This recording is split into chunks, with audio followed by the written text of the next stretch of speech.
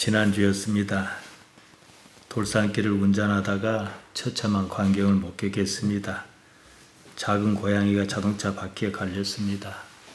내장이 터지며 버둥대다가 죽었습니다. 저는 그런 모습을 처음 봤습니다. 우리가 사는 세상이 이렇습니다. 이런 상황이 과연 진실한가? 한번 생각해 보십시다. 진실하다는 것은요, 공정해야 합니다. 억울한 사람도 없어야 하고 나쁜 사람도 없어야 합니다. 세상은 그렇지 않습니다. 러시아 푸틴이 우크라이나를 침공했습니다. 전쟁통에 부모를 잃은 어린아이가 있었습니다. 한 손에 장난감을 들고서 울면서 피난 행렬을 따라 터덕터덕 걸어가는 모습이 카메라에 잡혔습니다. 마음이 아픕니다. 양심이 작동해서 그렇습니다. 삶이 이렇습니다. 모양은 조금씩 다를 뿐입니다. 이런 상황을 제가 이렇게 말로만 전해도 여러분 역시 속이 불편할 것입니다. 우리가 인간이기 때문에 그런 거예요. 삶이 이러한데 과연 이런 것이 사실인가? 우리는 당연히 사실이라고 생각했지요. 꿈속에서 꿈이 꿈인 줄 모르듯이 말입니다. 그러지 않을 수 있다는 것입니다. 생각해야 합니다. 지금 시대는요, 우리나라도 이제 사회가 발달해서도 그렇습니다만은 동물을 학대한 사람을 점점 더 크게 처벌하는 추세입니다. 먹고 살만 해서만 그런 것은 아닙니다. 그러는 이유가 따로 있습니다. 동물은 인간에게는 순망치안입니다. 입술이 없으면 이가 시리다고. 반려동물은 딱 입술에 위치해 있습니다. 무슨 말이냐? 동물에게 몹쓸 짓하며 학대한 사람을 추적 조사해 봤습니다. 한편으로 요새 그 사람들이 좀 그러지 않습니까? 얼마 전에도 어떤 여자가 내연남하고 같이 남편을 갖다가 이리저리 부려먹다가 물에 빠뜨려 죽이지도 않았습니까? 어찌 인간이 그럴 수 있는가 하지 않습니까? 근데 이런 사람들 다 추적해 보니까 동물을 학대하던 사람들이 주로 그런 일을 잘하더라는 거예요. 그러니까 동물에 대해서 인정머리 없이 그런 것이 사람에게까지 이어진다. 그래서 동물학대를 금지하는 겁니다. 인간이 자비를 상실할 때 인간성이 사라집니다. 그래서 제가 불편한 얘기를 말씀드리면 여러분도 마음이 안 좋단 말이에요.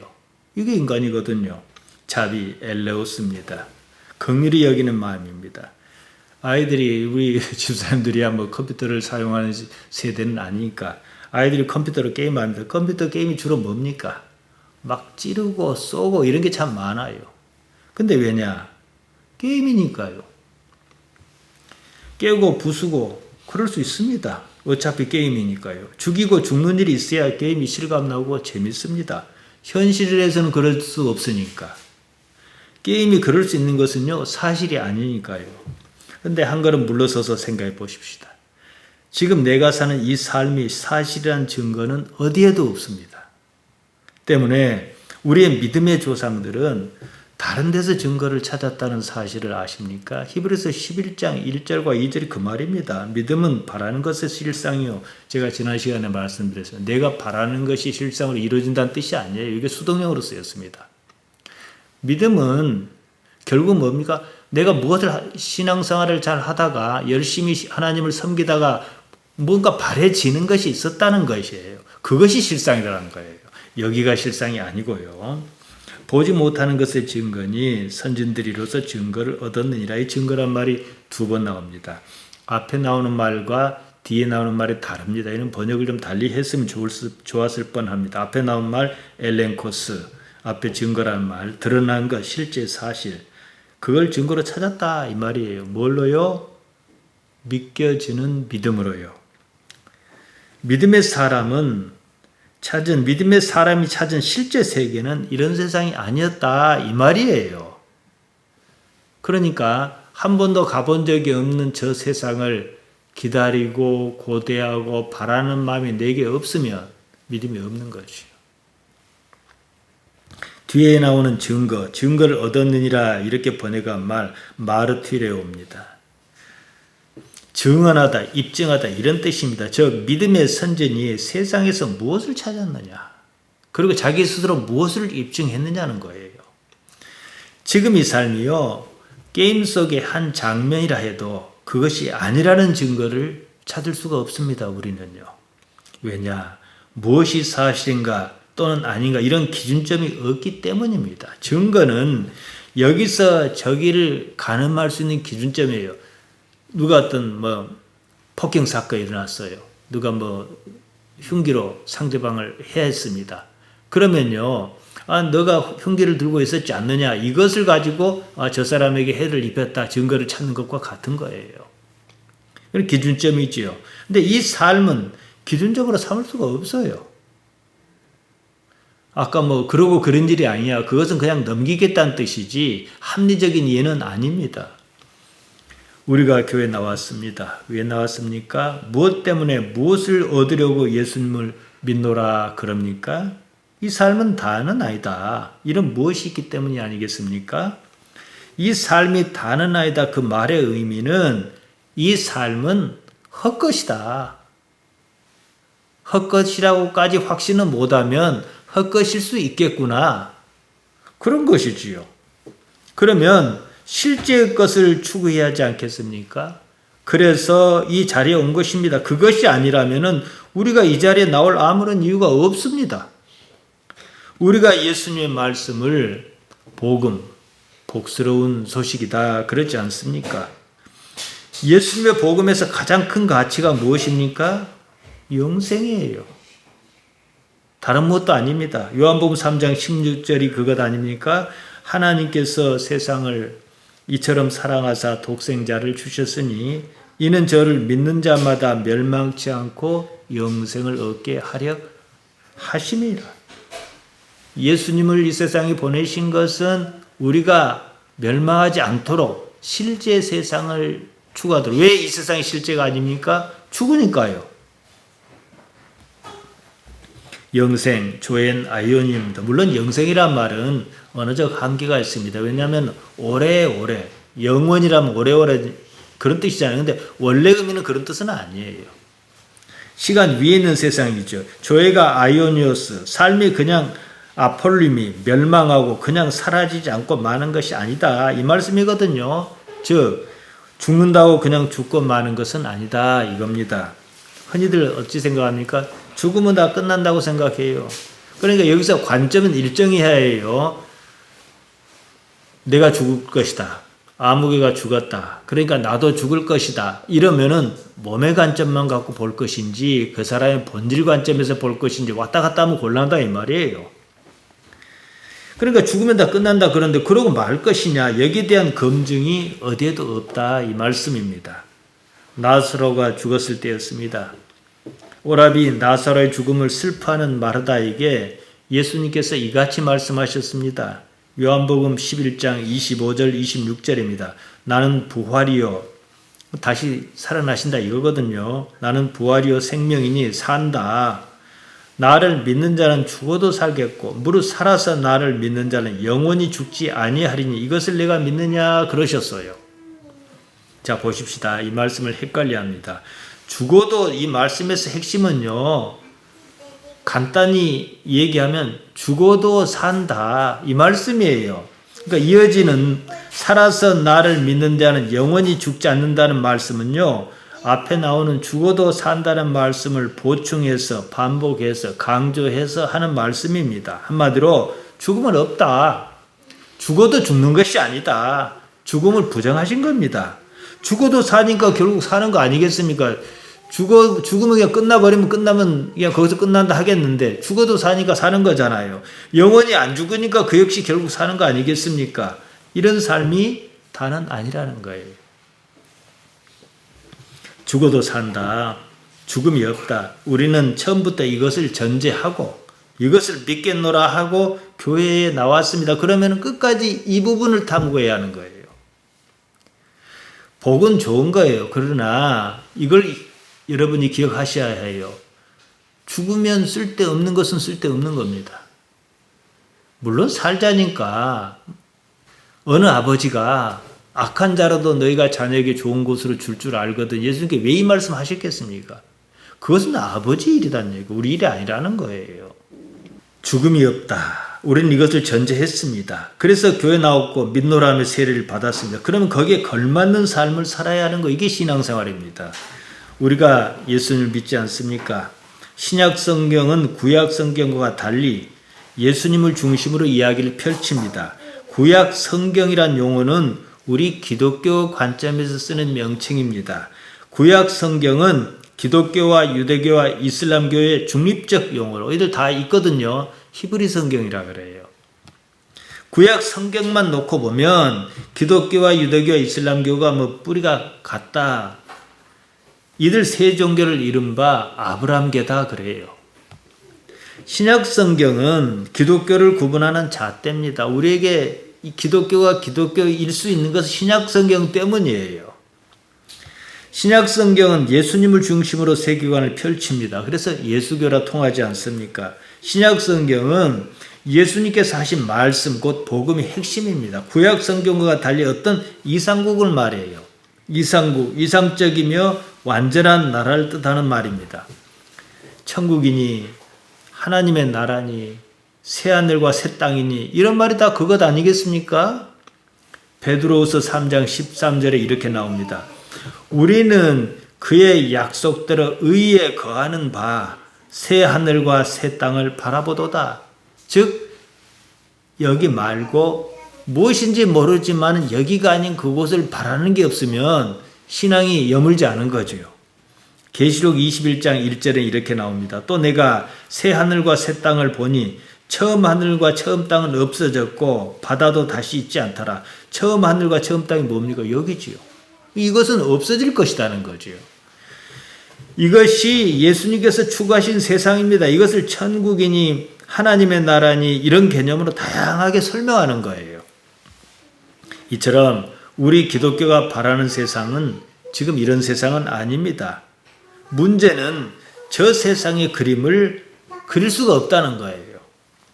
이런 세상은 아니다. 단지 이 정도죠. 그 때문에 대부분의 기독신앙인이 어떻게 합니까? 말은 천국이니 무엇이니 그렇게 얘기하면서도 실제로는 이 세상 삶을 추구한다는 거죠.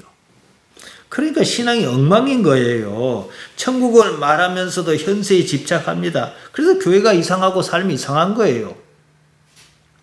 구약 성경은요, 전반적으로 저 세상을 따로 얘기하지는 않습니다. 그래서 유대인에게는 신약 성경이 없어요. 그 때문에 예수님의 복음을 받아들일 수가 없었습니다. 복음서에서 보면 영생과 부활 문제로 예수님과 유대인이 곳곳에서 충돌을 일으키지 않습니까? 이 때문이에요. 예수님의 복음은 어쨌든 이 세상을 부정하는 겁니다. 유대인 입장에서는 받아들일 수가 없어요. 그리고 그 중에 구약 성경 중에 참으로 독특한 데가 하나 있어요. 이사야서입니다. 새하늘과 새 땅을 말합니다. 이사야 65장 17절과 66장 22절에 나오는데요. 보라 내가 새 하늘과 새 땅을 창조하리니 이전 것은 기억되거나 마음에 생각나지 아니할 것이라. 이전 것은 그 입장에서 보면 지금 이전 거잖아요. 이전 것은 마음에 없다 이 말이지요. 나 여호와가 말하노라 나의 지을 새 하늘과 새 땅이 내 앞에 항상 있을 것 같이 너희 자성과 너희 이름이 항상 있으리라. 이사야 7장 14절입니다.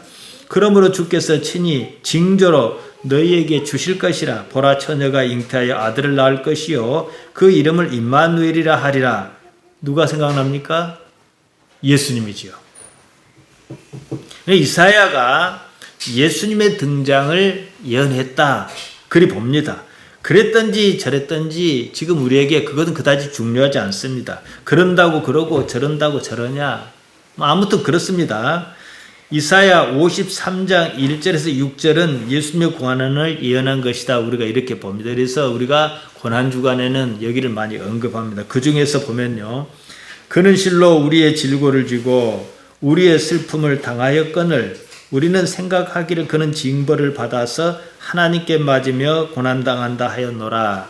그가 찔림은 우리의 허물을 인함이요 그가 상함은 우리의 죄악을 인함이라. 그가 징계를 받음으로 우리가 평화를 누리고 그가 채찍에 맞음으로 우리가 나음을 입었도다. 자, 이렇게 보면 돼요. 영락없이 예수님이지요.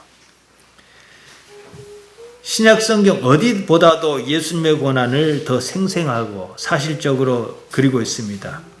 우리는 당연히 이 기록이 예수님을 가리킨다라고 생각합니다. 같은 기록을 가지고도 구약 성경이 있는데도 유대인은 그렇게 생각하지 않았습니다. 자, 우리가 왜 그걸 예수님이란 말이 없는데 예수님을 가리킨다 이렇게 생각합니까? 신약 성경 관점을 가지고 거기를 보니까 그 기록이 그리 보이는 거예요. 신약 성경이 없는 사람에게는 그냥 그런가 보다 예레미야나 이런 선지자들이 막 그렇게 고난을 당하지 않았습니까? 그러니까 그런가 보다 그런 거예요. 구약 성경의 전체 기록이 그렇게 보이지 않습니다. 우리는 예수님을 믿습니다. 예수님께서 지금 사는 이 나라가 아닌 전혀 다른 나라를 말씀하신다는 거예요. 쉽게 말씀드리면 죽어야 가는 그 어떤 나라입니다. 부활도 일단 죽어야 부활할 거 아니겠습니까? 다시 살아나는 거니까요.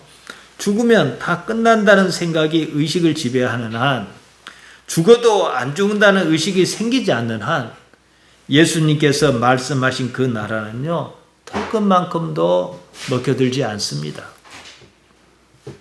천국은 하늘나라를 한문으로 쓴 겁니다. 그러니까 우리가 마태복음은 막 천국이라고 계속 썼다가 번역했다가 마가복음은 또 하늘나라로 번역했단 말이에요. 이러면 참 곤란해요. 어느 한쪽만 해두면 좋은데. 아무튼요, 하늘나라는 결국은 하나님의 나라를 가리킨다고 제가 여러 차례 말씀드렸습니다. 하늘나라 바실레이안 톤 우라논입니다. 하늘을 가리키는 우라노스, 이런 공중이 아니에요. 높은 데입니다. 차원이 다른 데예요. 하나님의 존재 위치를 나타냅니다. 하나님의 나라 바실레이아 투 데오입니다. 같은 말이죠. 하나님께서 바슐리오, 내가 왕으로 다스리신다, 통치하신다, 이 말이거든요. 그러면 이 땅은 하나님께서 통치하지 않으셔서 아까 서두에 말씀드린 것처럼 그런 일이 있는가? 그건 아니라는 거예요.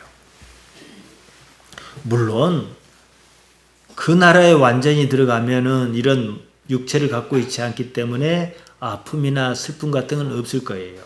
그러나 지금 이 땅에서는 있단 말이지요. 거기는 여기와 달리 우리가 흔히 겪는 그런 고통이 없을 뿐입니다. 이런 육체가 없는 온전한 몸의 세상이기 때문에 그렇습니다. 예수님께서 부활하셨을 때 창자국, 못자국 난 몸을 갖고 계셨어요. 이걸 도마에게 만져보라 그러지 않으셨습니까? 이미 지난 일이지요. 고통은 정신적이든 육체적이든 다 육체 때문에 빚어지는 일입니다. 이런 일은 그 목적이 있어요. 단지 하나님을 아는 데 있다는 거예요. 배가 고파 본 적이 없는 사람이 배가 고프다는 걸 어찌 알겠습니까?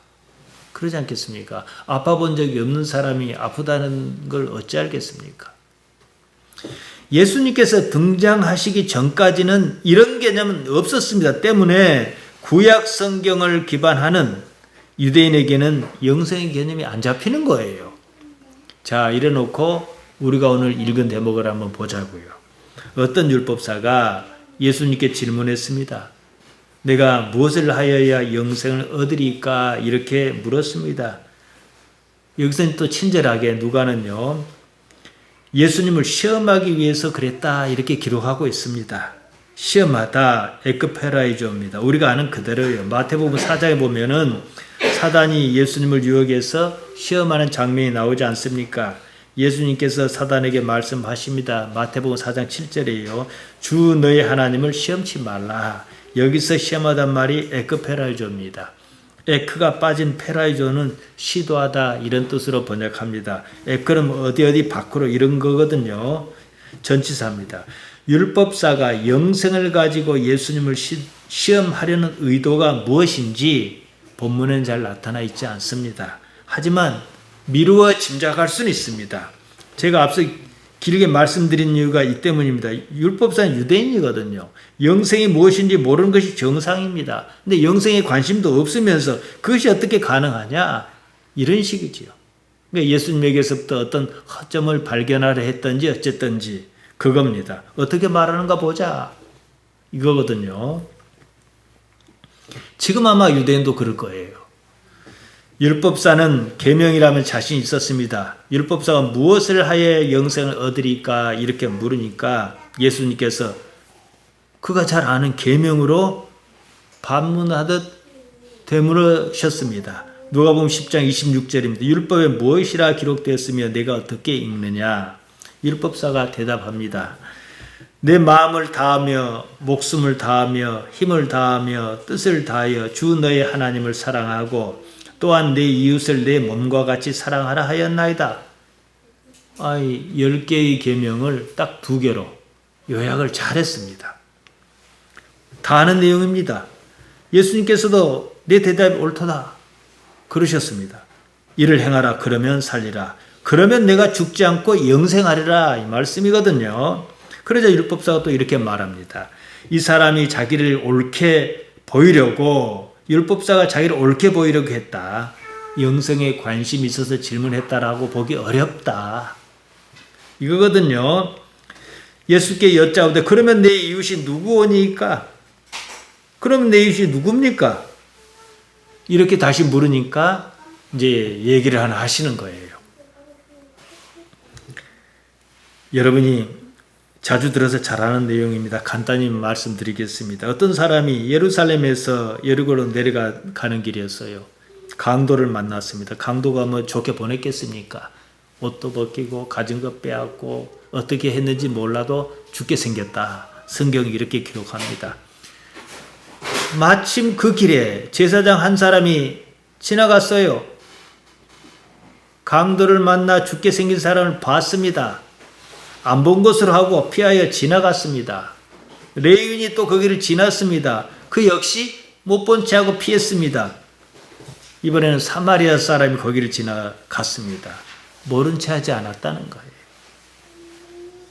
자기 능력껏 강도 만나 죽게 생긴 사람을 돌보아 주었습니다. 예수님께서 얘기를 마치시고 율법사에게 다시 되물으셨습니다. 내 의견에는 이 3사람 중에 누가 강도 만난 자의 이웃이겠느냐? 율법사가 대답했지요. 자비를 베푼 사람입니다. 누구나 그렇게 대답할 수밖에 없습니다. 예수님께서 율법사에게 다시 말씀하십니다. 가서 너도 이와 같이 하라 그러셨습니다.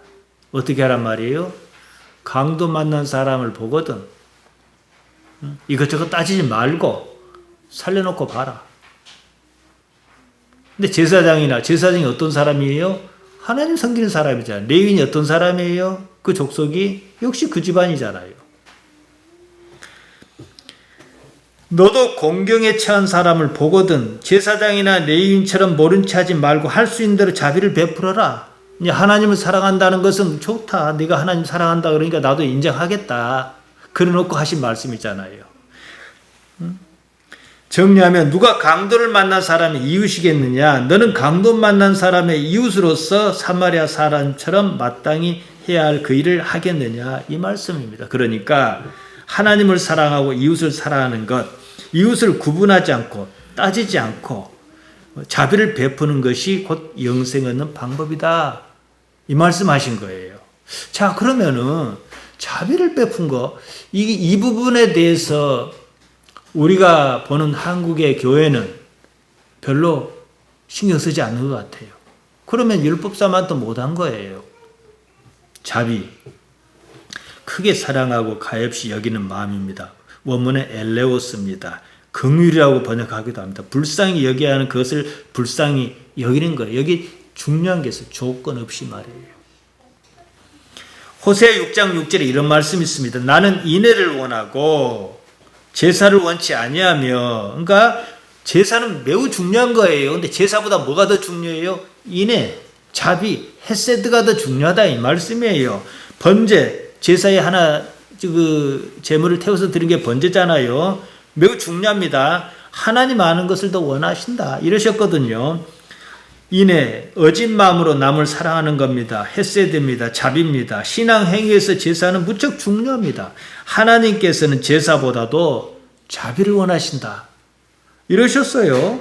신앙적 열심이 있는 사람 중에는 더러 인정머리 없는 사람이 있어요. 저는 참으로 이게 이상하다 싶었습니다. 뭘 인정하는 것은요, 신앙이고 무엇이고 없는 거예요. 어떤 조건에 따라서 교회를 잘 다니는 거예요. 그 신앙이 아닙니다. 인정이 없는 사람은 하나님을 알 수 없으며 하나님을 알려고 하지도 않는 사람입니다. 자비를 베푸는 것이 어떻게 영생과 관련이 있다는 것이냐, 이 문제를 생각해야지요. 물론 하나님을 정상적으로, 이 정상적이란 말이 여기서는 안 맞습니다만 아무튼요, 하나님을 정상적으로 사랑하는 사람은요 자동적으로 이웃도 사랑하게 돼 있어요. 자비로운 마음은요 어디서 나오냐? 양심에서 우러나는 것입니다. 다른 말로 양심은 계속해서 가꿔야 하는 인간성이에요. 우리가 어떤 못된 사람을 보면 뭐라 얘기합니까? 양심이 없다, 뭐 이렇게 얘기하지 않습니까? 인간으로서는 절대 놓치지 말아야 할 성품입니다. 이것이 하나님의 성품에 다가가기 쉽기 때문입니다. 그래서 하나님을 알기 더 수월하다는 거죠. 사도 바울은 믿음의 아들 디모데에게 이렇게 말했습니다. 디모데전서 1장 5절입니다. 경계의 목적은 청결한 마음과 선한 양심과 거짓이 없는 믿음으로서 나는 사랑이거늘 선한 양심과 거짓 없는 믿음이라 했습니다. 이 둘은요 동전의 양면처럼 때려야 뗄 수 없는 겁니다. 선한 양심, 근데 양심은 원래 선해요. 선하지 않는 건 양심이 아닙니다. 그러니까 양심의 선하다는 걸 강조한 거지요. 선한 것은 뭡니까? 하나님의 성품입니다. 이 법치국가에서는 우리나라처럼 뭐 헌법이 있고 국회의원들이 법 갖고 싸우고 그러지 않습니까? 원래 싸워야 하는 거예요. 서로 옳다 하면서 맞춰 나가는 거거든요. 근데 법치국가에서는요, 법보다 위에 있는 게 뭐냐? 양심이에요. 어째서 그러겠습니까? 자, 여러분 이런 뉴스를 들어보셨을 겁니다.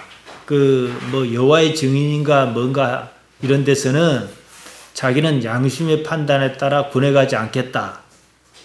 근데 대법원에서 최종 판결이 뭡니까? 맞다 그랬어요. 아니, 다 가는 군대를, 법으로 정한 군대를 양심에 따라 안 간다. 왜냐? 왜 그런 결정이 나옵니까? 법보다는 양심이 위에 있기 때문이에요. 이게 정상입니다. 법보다는 양심, 이게 맞아요. 사법정의는요, 양심을 무시하지 않을 때, 양심의 테두리 안에서 하는 거예요. 양심을 무시하지 않을 때 지킬 수 있습니다. 그런데 우리나라 검찰은 양심이 없어요. 이익만 눈에 보이는 모양입니다. 국민이 깨어 있어야죠. 이익만 눈에 보이는 건데요. 그러면 사람이기를 포기하는 겁니다. 사람이기를 포기했는데 영생을 생각이나 하겠습니까? 그에게 영생이 무슨 의미가 있겠습니까? 양심은요, 사전적으로 옳고 그름, 선과 악을 구분하는 도덕적 의식이나 마음을 말합니다. 동서고금을 통틀어 양심은 인간이 인간 같으냐, 인간 같지 않느냐, 이것을 구분하는 기준이었습니다. 맹자는 양지양능이라 그랬습니다. 교육이나 경험에 의하지 않고 선천적으로 사물을 알고 행하는 마음의 작용입니다. 생각하지 않아도 알 수 있고 배우지 않아도 알 수 있는 것이라 이 말이에요. 그러니까 인간이 그 양심을 무엇이 흐트러 놓습니까? 육체를 통해서 들어온 거. 육체는 뭡니까? 양심이 없어요. 무엇이 이익이냐 아니냐 이것만 있어요. 그러니까 대한민국의 검찰은 사람이 아니죠. 이익만 따라 움직이니까. 내가 아무리 생각해도 양심적으로 그럴 수 없다. 이런 게 있어야 하는데 그게 없잖아요. 양심은 인간이 지닌 본성적 도덕 감정입니다. 칸트 철학에서는 정언명령이다 그럽니다. 행위 형식, 목적, 결과와 상관없이 무조건 지켜야 하는 도덕적 명령, 그러니까 안 배워도 지킬 수 있는 것이 한다는 거예요. 그러니까 어렸을 때는 그랬어요. 아주 어린 아이들에게 이제 교회를 하도 다니까 우리 꼬맹이가 기도하는 찬송가를 따라서 가사는 안 나오니까 따라서 아까 부르더라고요. 아주 어린 아이에게 장난감을 줘요. 그럼 뾰족뾰족한 장난감하고 동글동글한 장난감하고 주면서 어느 것이 착해 보여요? 그러면 다들 동글동글한 걸 선택해요. 왜 그러냐 했더니 뾰족뾰족한 것은 왜 안 착해 보이냐 했더니 이건 사람을 찌를 수 있잖아요. 그런 거예요. 근데 이것이 나이가 들면서 이익을 쫓아요. 이익을 쫓으니까 뾰족뾰족한 것을 잘 활용하면 이기겠다 싶으면 이게 착하다고 생각하는 거예요. 사람이 그러니까 나이가 들면 나이가 들수록 점점 더 사람이 완숙해 가야 하는데 점점 더 인간의 길을 포기하는 쪽으로 간다는 거예요. 여기에 무슨 구원이 있겠냐는 거예요. 이게 도덕적 명령입니다. 도덕적 명령을 안 지키는 거지요. 성경도 마찬가지입니다. 요한복음 8장에 보면 이런 얘기 나오지 않습니까? 간음하다가 붙들려온 여자가 있습니다. 서기관과 바리새인이 그 여자를 잡아다 예수님 앞에 끌고 왔습니다. 뭐라 했느냐? 모세의 율법에 따르면, 이때 당시에 모세의 율법이라고 하면 절대적인 거예요. 이런 여자는 돌로 쳐 죽여야 한다 그랬습니다. 지금도 이슬람 문화권에서는요, 이슬람 율법을 바탕으로 하는 법 체계가 있어요. 이걸 샤리아법이라 그래요. 관습적으로 그렇게 해야 하는 데도 있습니다. 율법에 돌로 치라고 했으면 그냥 돌로 치면 끝날 일이에요. 자기들이 그렇게 믿으니까. 그런데 어째서 그 여자를 예수님 앞에 한사코 끌고 왔느냐. 속셈이 뻔하죠. 여자도 쳐 죽이고 예수님도 잡고 일거양득을 노린 겁니다. 악한 거지요. 요한복음 8장 5절에서 6절입니다. 모세는 율법에 이러한 여자를 돌로 치라 명하였거니와, 왜 돌로 치라고 명했겠어 그때 당시에. 그런 일이 있으면 사회가 깨지니까 그랬겠죠. 선생은 어떻게 말하겠나이까? 저희가 이렇게 말하면 고소할 조건, 즉 예수님을 고소할 조건을 얻고자 하여 예수를 시험함이라라, 이렇게 나왔단 말이에요. 그리고 마구 다그쳤어요. 예수님께서 한참 뜸을 들이시다가 말씀하셨습니다. 너희 중에 죄 없는 자가 먼저 돌로 치라. 죄 없는 자 아나마르테토스입니다. 죄 짓다 하마르타노의 부정접사 알파가 붙은 거예요. 너희가 하마르테아가 없다고 생각한다면 지금 당장이라도 여자를 돌로 쳐라, 이런 거예요. 근데 유대인은 율법을 압니다. 여자를 돌로 딱 치는 순간 나는 죄가 없다라고 하는 게 되잖아요. 근데 하나님 앞에서 죄가 없다 그러면 그 자체가 하나님을 무시하는 행위거든요. 그러니까 칠 수가 없었던 거예요. 율법을 아는 그들은 다들 그 말을 알아는 먹었습니다. 기세가 꺾였어요. 요한복음 8장 9절은 그 상황을 이렇게 전합니다. 저희가 이 말씀을 듣고 양심의 가책을 받아 어른으로 시작하여 젊은이까지 하나씩 하나씩 나가고 오직 예수와 그 가운데 섰는 여자만 남았더라. 양심의 가책을 받아, 양심 헬라 말로 시네이 데시스입니다. 가책을 느꼈다, 엘렌코입니다. 시네이 데시스를 노출시켰다. 예수님의 말씀이 그들의 둔감해진 양심을 그나마 드러내게 해주셨다. 사람으로 그 순간만큼이라도 사람으로 만들어 주셨다, 이 뜻이에요. 양심이란 말, 슈네이데시스는 동사가 슈네이도입니다. 쉰과 에이도가 합쳐진 말입니다. 쉰, 함께, 에이도, 아는 거예요. 그러니까 너와 나가 만남 함께 있으면 옳은 것을 선택할 수 있어야 해요. 이 때문에 깨닫다는 뜻으로 쓰입니다. 양심은 설명하지 않아도요, 그냥 알 수 있는 것이다. 제가 조금 전에 여러 가지로 말씀드렸습니다. 이것을 무시하면 인간이 아닌 거예요. 이익은, 육체는 이익에 따라 움직여요. 이익은 양심을 무시합니다. 제사장이 그랬고 레위인이 그랬습니다. 그들이 강도 만나 죽게 생긴 사람을 봤어요. 얼마나 번거롭겠어요. 귀찮다. 근데 그 번거로움이 항상 번거로우냐, 그런 것도 아니에요. 부잣집 사람이 어쩔 뻔했습니까? 얼마나 헌금도 잘할 거예요, 살려주면. 그럼 뭐예요? 개념이 없는 거죠. 그들은 소위 하나님을 섬긴다는 종교인이었습니다. 강도를 만나 죽게 생긴 사람이 눈에 들어왔을 때 육체적 판단이 개입했습니다. 이건 그냥 따지고 말 것 없이 손해다. 거기에 반응해서 못 본 것으로 했습니다. 반면 사마리아 사람은 이익을 고려하지 않았습니다. 이 얘기가요, 그냥 얘기예요. 제사장은 항상 나쁘고 사마리아 사람은 항상 좋다, 이 뜻이 아니에요. 예수님께서 말씀하실 때는 맥락을 봐야 합니다. 제가 여러분에게 종종 하는 말이 있습니다. 할 수만 있거든 믿음인 쪽으로 하시라, 이럽니다.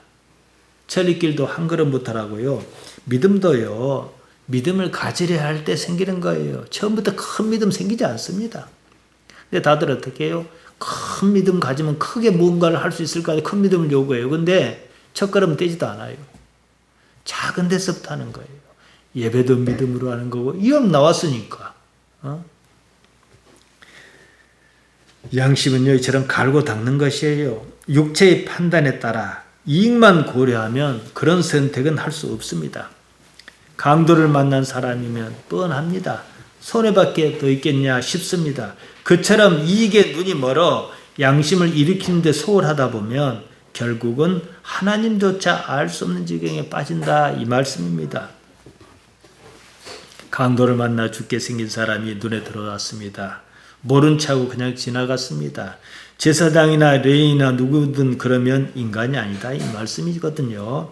이방인 사마리아 사람은 자기 양심에 따라 행동이 있기 때문에 하나님께서 창조하신 인간이다. 그 씨앗이 거기 있다 이 말씀이거든요. 그때는 영생을 논할 수 있다는 겁니다. 이 이야기 상대는 율법사입니다. 유대인입니다. 하나님을 생각할 줄 아는 사람입니다. 그러면 당연히 양심이 작동해야 하는 거예요. 영생, 천국, 하나님의 나라, 새하늘과 새 땅, 결국 이 모두는 영원한 실존의 상태를 말합니다. 그 삶이 사실이라는 겁니다. 이 삶이 전부라고 생각하지 말아라 이 말입니다. 이 삶이 고통인 것은 저 삶이 있기 때문이에요. 이 삶을 고통으로 느끼는 것은 저 삶을 깨닫게 하기 위한 겁니다. 고통 중에 가장 큰 고통은 죽음에 대한 두려움입니다. 제자는 예수님의 부활을 목격했습니다. 그 이후로는 그 두려움이 없어졌어요. 죽어도 산다라고 전에 마르다에게 하셨던 말씀이 생각났는지 어쩐지 모르겠지만 적어도 요한은 기록했으니까 생각났겠지요. 실감난 거죠 이제. 죽음이 사라졌습니다. 이때부터는 다른 삶, 죽어도 안 죽는 삶, 죽음이 없는 삶을 살았습니다. 그러한 가치를 기준으로 이 세상을 살았습니다. 삶이 다르게 보였습니다. 안달복달하며 사는 그런 삶은 아니었습니다. 그 삶에는 그냥 옳은가 그른가 이것만 생각했습니다. 마태복음, 이 마태복음에 있는 독특한 기록이 있습니다. 마태복음 5장 36절에 보면 예수님께서 내가 머리카락 한 터럭도 희고 검게 할 수 없다 그리 말씀하시고 이어서 하신 말씀이 마태복음 5장 37절입니다. 오직 너희 말은 옳다 아니라 하라. 이에서 지나는 것은 악으로 쫓아나느니라. 너희는 다만 옳다라고 번역한 말 나이입니다. 나이 해라. 아니면 우우 하든지 다시 말해서 예 하든지 아니다 하든지 이렇게 말하는 거예요. 여기는 이해관계가 없잖아요. 여기서 벗어날 때는 포네로에스틴 악이 속에 있기 때문이다. 이러셨습니다. 악인은 하나님을 좋아하지 않습니다. 육체는요, 이해관계에 반응합니다.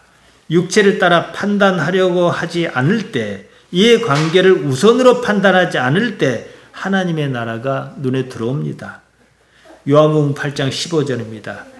유대인에게 말씀하셨습니다. 너희는 육체를 따라 판단하나 너희의 판단의 기준은 뭐냐? 육체다. 근데 육체는 뭡니까? 이익이냐 아니냐.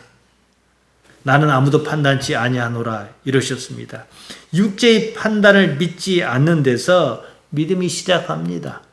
하박국 2장 4절이 그 말입니다. 의인은 그 믿음으로 말미암아 살리라. 대개 이런 말씀을 보면 사람들이 믿음을 무슨 심리적인 현상으로만 생각해요. 그래서 믿습니다 해서 그런 믿음이 속에 생겨나길 바라요. 그러면서도 정직하지도 않고 의롭지도 않고 양심도 없고 오늘 제가 지금까지 드린 말씀을 보면 다 어긋나는 일입니다. 살리라 하야 살다 이거거든요. 의와 믿음의 삶이 달려있다 이 말이거든요. 의인 차디크입니다.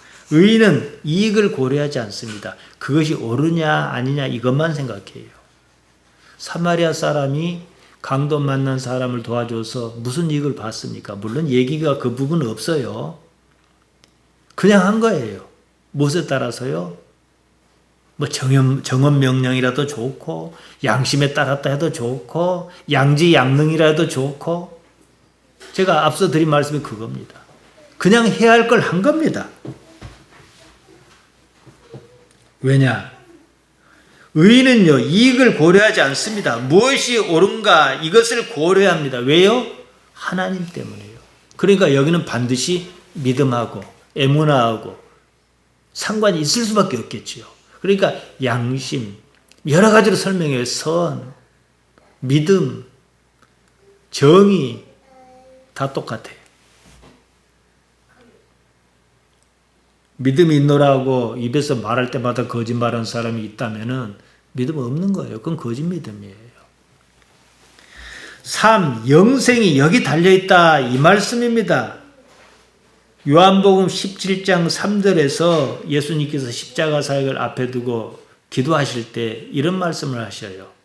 영생은 하나님을 아는 것입니다. 하나님을 기노스코 하는 것입니다. 깨닫는 것입니다. 이게 알다라 뭡니까? 아는 거 기노스코? 익히 하는 것을 말해요. 관계를 말합니다.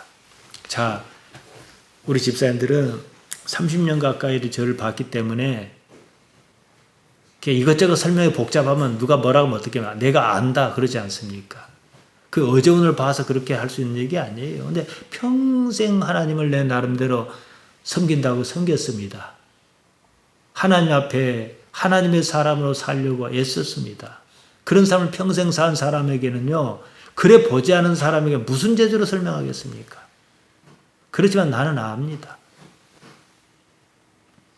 야곱 하면은 자기 나름대로 세상 살자고 무엇을 이루려고 좋게 말하면 집념의 사람이라 하지 않습니까?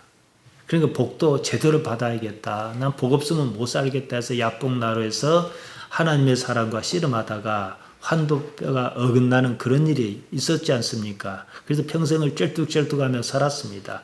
뭐 별별 일을 다 겪었어요. 그러다 여차여차해서 가나안 땅에 아들 요셉 덕에 내려가게 됐어요. 거기서 살 수가 있었습니다. 기근을 피해서요. 바로가 묻습니다. 그러니까 내 나이 조상의 세월에 미치지 못하나 130년입니다. 그러지 않습니까? 그러니까 우리는 그걸 알아요. 왜냐? 신앙생활을 어제 오늘 한 건 아니거든요. 그러면서 이 이스라엘이 12지파예요. 12지파인데 재밌는 일이 있어요. 12명의 아들이면 요셉 지파가 했을 때 요셉 지파가 없습니다. 그리고 좀 억지로 짜맞춰요. 요셉의 아들 므낫세와 에브라임으로 아들 바넬에 올려서 지파를 만들고 그럼 13개가 돼버리잖아요. 레위는 분깃을 빼요. 그래서 하나님을 기업으로 삼는 일에 종사하도록 합니다. 그래서 짜맞춰요. 그런데 인생을 정리할 때 요셉을 불러요. 내 아들 둘을 데려오라. 내가 축복하마. 그러면은 이들은 당연히 우수는